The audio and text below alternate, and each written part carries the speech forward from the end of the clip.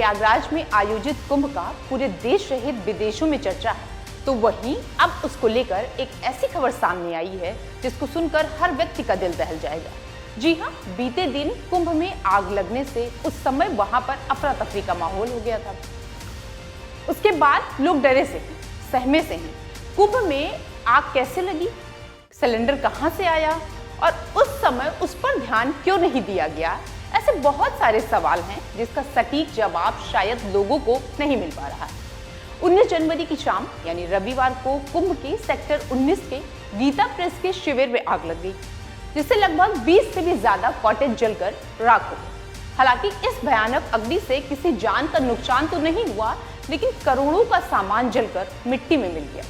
शुरुआती दौर में कहा जा रहा था कि आग सिलेंडर फटने की वजह से लगी, लेकिन अब पुलिस का कहना है कि जांच के बाद ही कुछ स्पष्ट किया जा सकेगा। गीता प्रेस के ट्रस्टी कृष्ण कुमार खेमका ने कहा कि तकरीबन 180 कॉटेज बने हुए थे, जिसको हमने बड़ी सावधानी से बनाया था और हमने ये भी कहा था कि अंदर कोई भी अग्नि से संबंधित काम ना किया जाए।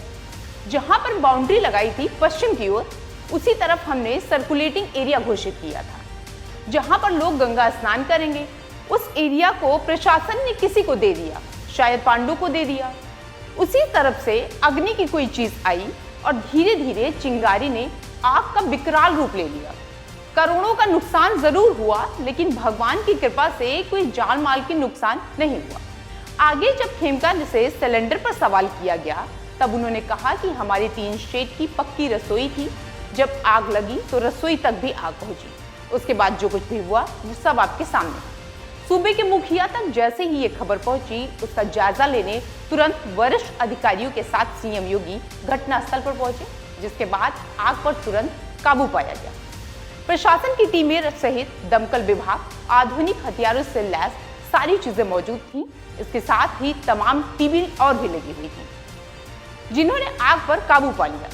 कुंभ का सेक्टर 19 पूरे मेले का शान कहा जाता है। वजह ये कि इसी के बगल सेक्टर 20 है।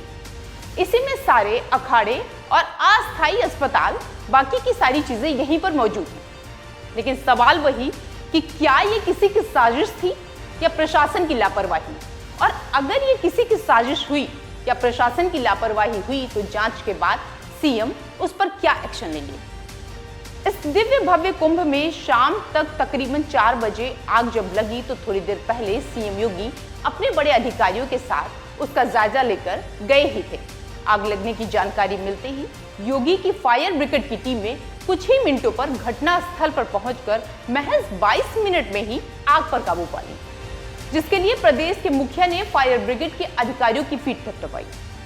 कुंभ में अभी तक तकरीबन 7 करोड़ लोग स्नान कर चुके हैं। साथ ही इसकी तैयारियां 29 जनवरी के लिए जोरों से चल रही हैं, जो उत्तर प्रदेश सरकार और प्रशासन के लिए एक बड़ी जिम्मेदारी। 13 जनवरी से लेकर 26 फरवरी तक लगभग 40 करोड़ लोगों का कुंभ में डुबकी लगाने का अनुमान है, जिसके लिए यूपी के मुखिया ने पहले ही अपनी कमर कस ली है। हालांकि अब कुंभ का माहौल पहले जैसा शांत हो गया है, सारी चीजें सामान्य हो गई हैं।